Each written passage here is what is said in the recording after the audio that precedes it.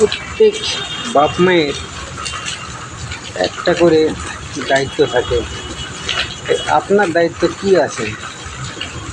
আপনি আপনার মেয়েকে ফোন করে কখনো জিজ্ঞাসা করেছেন যে আমার জামাই ফোন করেছিল কি না, জামাইয়ের সঙ্গে কেমন ব্যবহার করিস?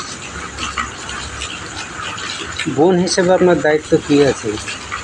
ছোটো বোনকে ফোন করে কখনো জিজ্ঞাসা করেছেন যে তোর জামাইয়ের সঙ্গে কেমন ব্যবহার করিস? বড় দাদা হিসাবে দায়িত্ব আপনার কী আছে? আপনি কি কখনো ফোন করে জিজ্ঞাসা করেছেন ভাইয়ের সঙ্গে কেমন ব্যবহার করিস?